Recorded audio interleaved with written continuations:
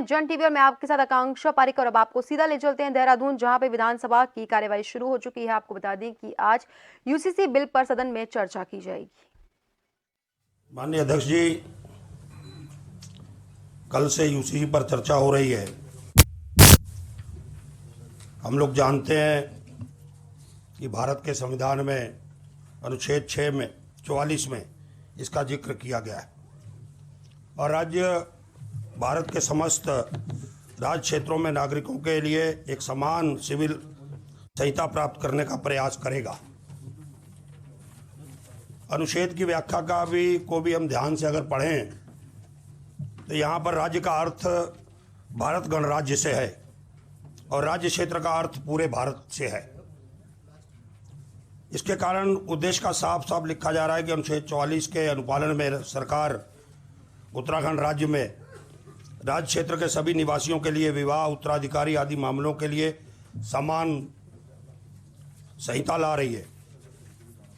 अनुच्छेद 44 में सारे भारत की बात कर रहा है और आपका अनुपालन केवल उत्तराखंड में करेंगे, ऐसा हो रहा है।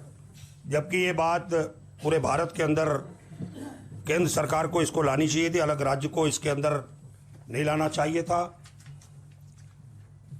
मैं जरूर इस बात को मानता हूं कि उसमें कुछ प्राविधान समाज के लिए, देश के लिए, राज्य के लिए अच्छे हो सकते हैं, पर इसमें बहुत जल्दीबाजी की गई है। क्योंकि अगर हम केंद्र की इंतजार करते कि इसको केंद्र अगर लाता तो ज़्यादा अच्छा होता। अनुच्छेद अगर 254(1) भी अगर हम पढ़ें तो उसमें भी साफ लिखा है, केंद्र और राज्य के कानूनों में टकराहट होने से, केंद्र और राज्य के कानूनों में टकराहट होने के कारण देश का कानून ही इसके ऊपर रहेगा। फिर भी इस सबको जानते हुए, अनुच्छेदों को हम की अवहेलना करते हुए हम इसको उत्तराखंड के अंदर, अपने राज्य के अंदर ला रहे हैं। जबकि 2015 में लॉ कमीशन बना, उसकी रिपोर्ट जब मनमाफिक नहीं आई तो उसके बाद यह भी समान नागरिकता समान के लिए ही था। उस समय का जो लॉ कमीशन की रिपोर्ट थी वो भी इसीलिए कि लाई गई थी। पर अनुच्छेद 44 की व्याख्या बहुत अच्छे तरीके से नहीं की गई है। उसमें जो अधिकार दिए गए हैं पूरे देश के अंदर लागू होने चाहिए, उसको खाली राज्य के अंदर लागू किया गया है। इससे लोगों के अंदर निश्चित रूप से भावना आएगी, इसमें कानूनी राय की आवश्यकता है और बहुत जल्दीबाजी में लाया गया। अगर जल्दीबाजी में नहीं लाते और इसका समय मिलता, परवर समिति को अगर ये सौंप दिया जाता बिल, तो इसका अध्ययन होता। चाहे बजट सत्र आने वाला है, थोड़े समय के बाद उस बजट सत्र में इसकी चर्चा होती। अभी हमारे कुछ साथी कल बार बार जिक्र कर रहे थे शाहबानो केस का, और सब लोगों का कहना था कि केंद्र सरकार सुप्रीम कोर्ट में गई, सुप्रीम कोर्ट ने फैसला लिया और केंद्र सरकार ने, उस समय कांग्रेस की सरकार ने संविधान में परिवर्तन करके उसको लागू नहीं किया। अब ये तो समय समय में संविधान के अंदर संशोधन किए हैं। अभी भारतीय जनता पार्टी की भी केंद्र सरकार ने, जो दिल्ली सरकार के अधिकारों के लिए सुप्रीम कोर्ट ने जो निर्णय लिया था और कहा था कि वहाँ पर राज्य सरकार को ही सारे अधिकार प्राप्त हैं, राज्य सरकार ही ट्रांसफर पोस्टिंग कर सकती है अधिकारियों के सब कुछ, तो केंद्र सरकार को अच्छा नहीं लगा, वो भी सुप्रीम कोर्ट गई, उसने संविधान के अंदर संशोधन किया। तो इस बात को कहना, कोई ऐसी सरकार नहीं है केंद्र के अंदर, चाहे जितनी भी अब तक सरकारें रही हों, उन्होंने संविधानों में समय समय पर संशोधन किए हैं। तो खाली एक ही बात को कहना, तो ये बात ठीक नहीं है। मैं ज़्यादा नहीं कहना चाहता, यही कहना चाहता हूँ कि इसको प्रवर समिति को सौंपा जाए, इस पर व्यापक चर्चा हो, बैठकें हों, क्योंकि हम लोगों को भी नहीं बुलाया गया, ना ही हमारे नेता प्रतिपक्ष को। जबकि नेता प्रतिपक्ष विपक्ष का सबसे मजबूत नेता होता है, पार्टी का नेतृत्व करता है अपने दल का, उसको बुलाना चाहिए था। बुलाकर उससे इसके ऊपर विचार लेने चाहिए थे, उनको निमंत्रण पत्र भेजना चाहिए था। जो कमेटी हमारी बनी थी देसाई जी की, रंजना जी की अध्यक्षता में, विधायकों को भी बुलाना चाहिए था। खाली अखबारों में दे देना, विज्ञापन दे देना कि हम सुनेंगे, आकर बताएं, अगर जनप्रतिनिधि भी विज्ञापन पढ़कर जाएंगे, उनको विधानसभा के सदस्य हैं, कल को विधानसभा में ये आता और विधानसभा में इसकी चर्चा होनी थी तो पटल पर आता, तो उससे पहले कम से कम विधायकों की राय ली जाती, नेता प्रतिपक्ष को बुलाया जाता कि आप भी अपनी पार्टी के अपने दल की राय को रखें, पर नहीं बुलाया गया।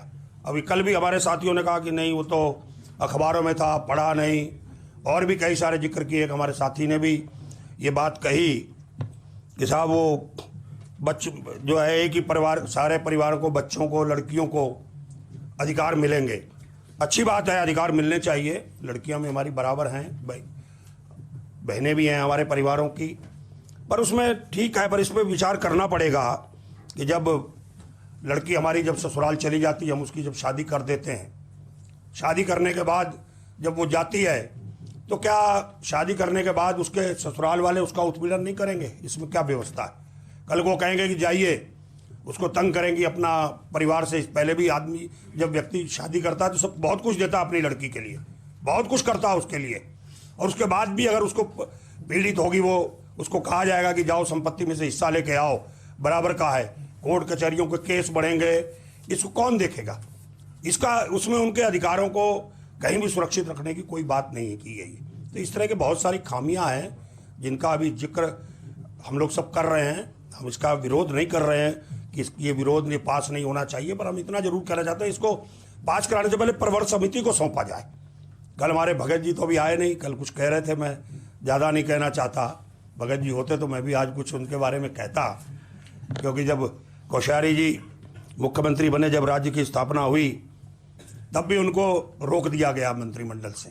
बाद में फिर उनकी शपथ हुई, स्वामी जी ने रोका और फिर कोश्यारी जी ने बाद में शपथ कराई। तो उनकी शपथ कई बार लटकती रही, कई बार वो दिल की बातें मुझसे कहते थे कि बेहड़ जी क्या हो रहा है ये, और अब भी उनके साथ यही हो रहा है। अगर यहाँ होते तो फिर मैं उनको कुछ और भी चीज़ें बताता। खैर हमारी दोस्ती है उनसे, वो कुछ कह सकते हैं, कल उन्होंने मुझसे कमेंट्स किया था, उनको दोस्ती के नाते अधिकार है। पर मैं इतना ही कहते हुए आपसे निवेदन करूँगा कि इसको प्रवर समिति को सौंपा जाए। आप इसके अंदर जरूर, हम लोगों ने जो प्रवर समिति का प्रतिवेदन आपको दिया उसको आप स्वीकार करेंगी। आपका बहुत बहुत धन्यवाद। माननीय सदस्य श्री आदेश चौहान जी। माननीय अध्यक्ष जी, समान नागरिक संहिता पर आपने मुझे बोलने का मौका दिया, इसके लिए धन्यवाद। माननीय अध्यक्ष जी, जैसे हमारे साथी विधायक ने भी कहा कि प्रवर समिति को जाना चाहिए, हम भी इसका कोई विरोध में नहीं, लेकिन इसको हमें समय पूरा मिलना चाहिए था अपनी बात रखने का, क्योंकि ये महिलाओं से जुड़ा पूरे उत्तराखंड का मैटर है और इस पर विचार विमर्श होना चाहिए। समिति ने राय ली, लेकिन मैं समझता हूँ कि किसी विधायक, सत्ता के विधायकों से ली हो तो बात अलग है, लेकिन हमसे किसी विधायक से राय नहीं ली, या क्या आप इसमें चाहते हैं, क्या संशोधन चाहते हैं। तो इसलिए इसके लिए अगर हमें समय भरपूर मिलता, कल भी हम यही कह रहे थे कि आप हमें समय दीजिए इसको पढ़ने का, क्योंकि इतनी तरक्की से अगर हम पढ़े होते कि हम 2 घंटे में सब कुछ पढ़ सकते, तो शायद हम फिर विधायक ही नहीं होते, कुछ और होते। फिर उधर कॉर्नर में बैठना पड़ता ना, फिर ज़्यादा पढ़ लेते तो हम कम पढ़े, इसलिए तो यहाँ पढ़े, तो हमें समय तो पूरा देते। अब हमें समय पूरा मिला नहीं, तैयारी पूरी करी नहीं,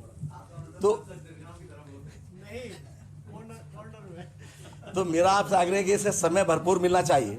अब जैसे इसमें, अब मैं इसमें आपको एक चीज़ बताना चाहता हूँ, इसमें आपने स्पष्ट लिखा है इसका विस्तार संपूर्ण उत्तराखंड राज्य में होगा। जब संपूर्ण उत्तराखंड राज्य में होगा तो अनुसूचित जनजाति इससे वंचित कैसे होगी? नीचे लिख दिया कि अनुसूचित जनजाति इसमें नहीं होगी, तो संपूर्ण उत्तराखंड में फिर कैसे लागू हुआ? नहीं, मेरी बात जवाब नहीं देंगे। मैं कह रहा हूं कि ये जो त्रुटि है इनका इसमें लिखने में, तो ये चीजें हम भी बता सकते थे। जैसे अभी एक चीज और मैं आपको बताना चाहता हूं कि इसमें आपने दिया कि पुनर्विवाह के अधिकार में विवाह विच्छेदित पति या पत्नी का एक दूसरे से पुनर्विवाह हो सकता है। पति या पत्नी या नहीं होना चाहिए था, क्योंकि पुनर्विवाह पति पत्नी तो करेंगे, जो पुनर्विवाह उन दो में विवाद है, एक तो करेगा नहीं, अकेला कैसे कर लेगा? नहीं, इसका पढ़वाइए आपके से। हकीकत में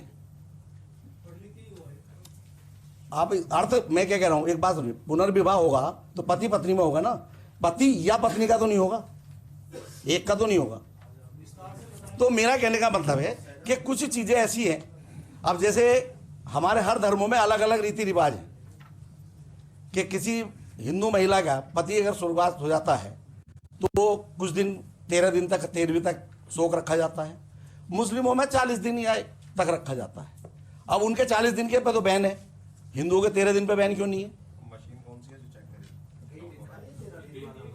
13वीं होती है हमारे यहाँ, नहीं तो लिखा तो उनके भी नहीं है। ये कहीं संविधान में लिखा, कहाँ लिखा बताइए? अब जैसे अभी मैं बता दूं, अभी 2 घटना हमारे यहाँ उत्तराखंड इनमें घटी। कल हमारे सुबोध उनियाल जी आए, उनके सिर मुंडे हुए थे, और हमारे भाई आए हैं तो इनके सिर मुंडे नहीं है। ये हमारी अपनी परंपरा है हर धर्मों की।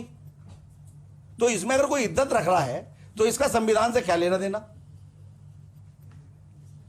कि अगर वो इद्दत करेगी तो उस पर संविधान लागू हो जाएगा। भाई वो उसका शोक है, वो 40 दिन रखे, 50 दिन रखे, 30 दिन रखे, वो अपने पति के शोक में रख रही है, कोई उस पर दंड नहीं है। कुछ चीजें, मेरा मतलब कहने का आग्रह है कि कुछ चीजें ऐसी हैं जो हमारे सत्ता विपक्ष के विधायकों से भी राय ली जाती, तो मैं समझता हूं